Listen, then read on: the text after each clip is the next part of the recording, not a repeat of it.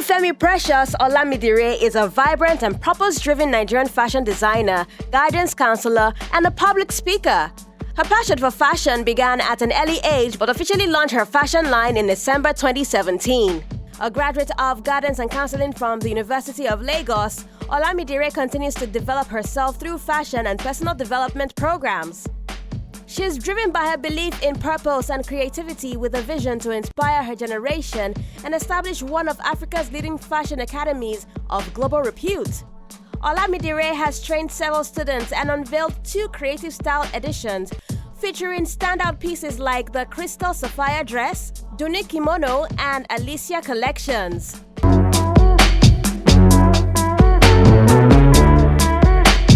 My name is Olamidiire Precious Olorunfemi, a young, vibrant lady raised from a family of 7. I happen to be the 3rd child, a graduate of guidance and counseling from the University of Lagos, a devoted Christian, a fashion enthusiast turned fashion designer, and also the creative director of Campbelle Pristine Fashion.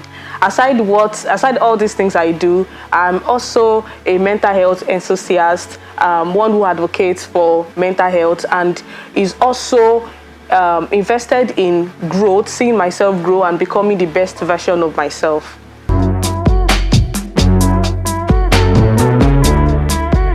Okay, so aside from this general description of myself, I am a happy-going person. Some people call me the life of the party because everywhere I am, I do not like dull moments. I like to enter into a space, bring in the light, bring in the energy, bring in the vibe. So my friends would always look forward to, having me around, keeping them company. I also love the fact that whenever I step into a room, I can take everybody from 0 to 100, and everybody is, how they're looking at me and like, don't you get tired? Yes, that is who I am. I'm also someone who is hilarious. You can call me that. I have such a very great sense of humor because I feel like life is too short to, be serious about everything. Sometimes you just have to loosen up, make jokes out of your serious realities, out of your sad realities, and just these are the little things that keeps us going and just helps us to drop the stress and focus on what needs to be done. So I think this sort of explains me on a deeper level.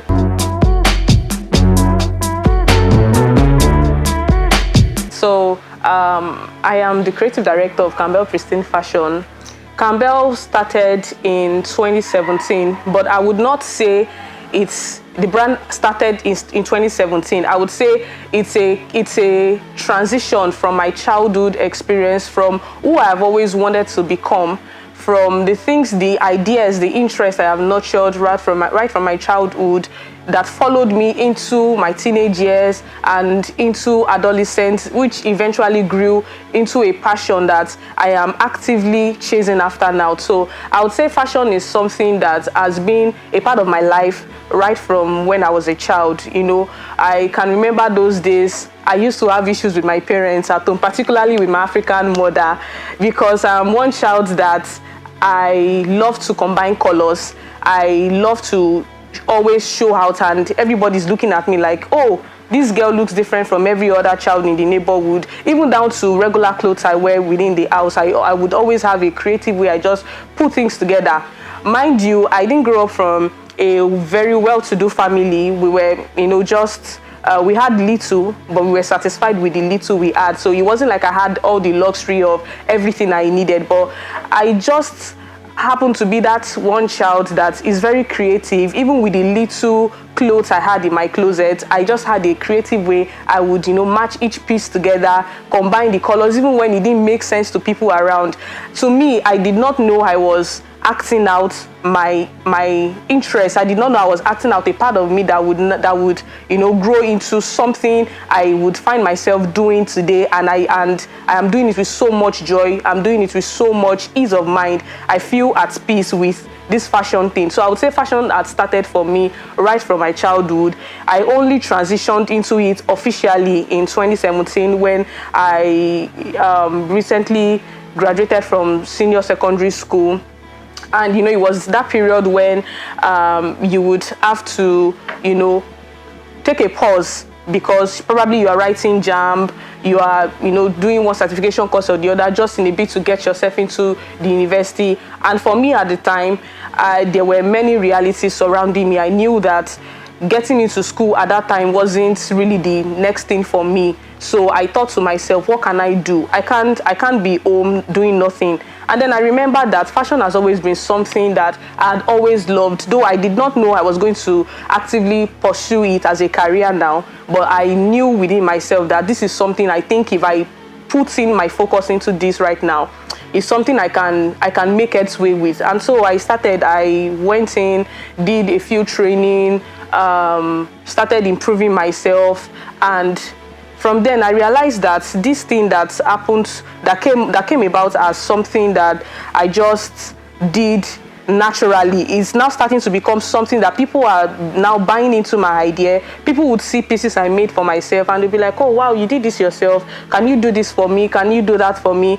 Actually, I ventured into fashion not because I wanted to start a business out of it. The monetizing, it wasn't the central idea behind me entering into the fashion industry. It was basically because I just wanted to express myself through styles. I felt like nobody could interpret my designs, the things I imagined in my head, as much as I would do myself. So I thought to develop the skill so that I could make my own designs, I could bring my own styles into reality. But then I realized along the way, people started loving what I was doing, people started buying into it, people wanted to pay to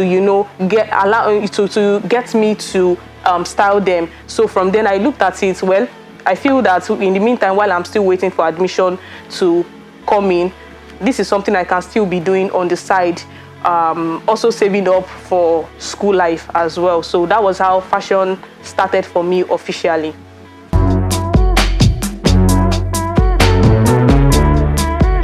So one thing I've learned with being a business person, someone who is making money from a particular venture, there are a couple of challenges. I would be speaking on challenges that are peculiar to my own field as a fashion designer. First of all, monetizing this skill comes with a lot of areas where you have to pay attention to, because sometimes passion alone is not enough. If you are someone who wants to enter into the fashion industry and scale up there, passion is not enough. You developing the interest is not enough. You have to develop the business idea.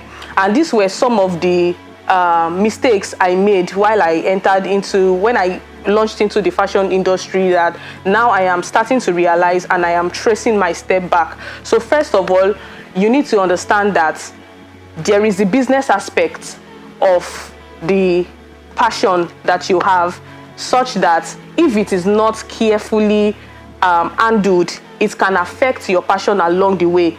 Some will say the part of funding the business. Some would say the part of bringing in all your resources together to create a structure around the business. Either way it goes, it is important that you pay attention to the things that brings in money, how you pump in money, how you fund the business, and how you bring out your profit.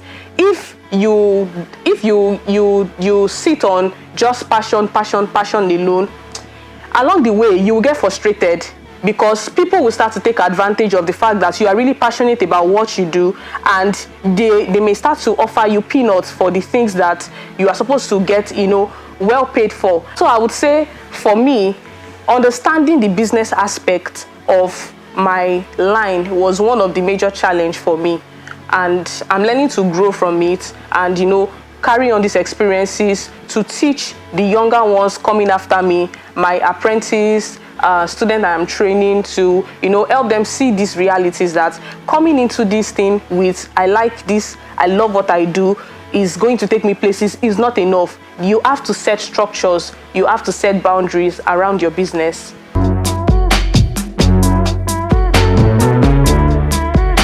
Okay,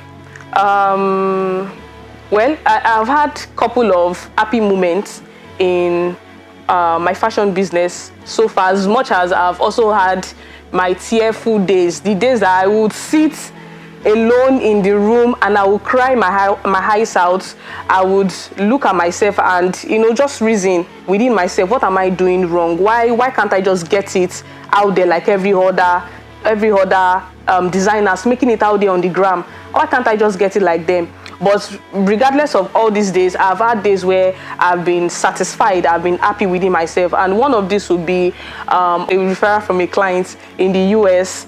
And for me, it was a dream come true for me, because you know what it feels like to have somebody mention your name in a country like that, and they are willing to spend their money to patronize you. For me, it was a big deal. It was really a big deal for me, because I know that many of my fashion colleagues, what they usually bid for is to get high paying clients that patronize them, and from that they are able to scale up, because this is like one of the ways people make money in the fashion business. And for me, getting clients from different parts of the country, from different parts of the world, is like a big deal for me, something I do not take for granted at all. And also, when these referrals comes in, they are like my happy days. So I would not streamline the happy moment I felt. I would not streamline it to just one event alone. I would say it's something that happens from time to time, which also makes me feel really hopeful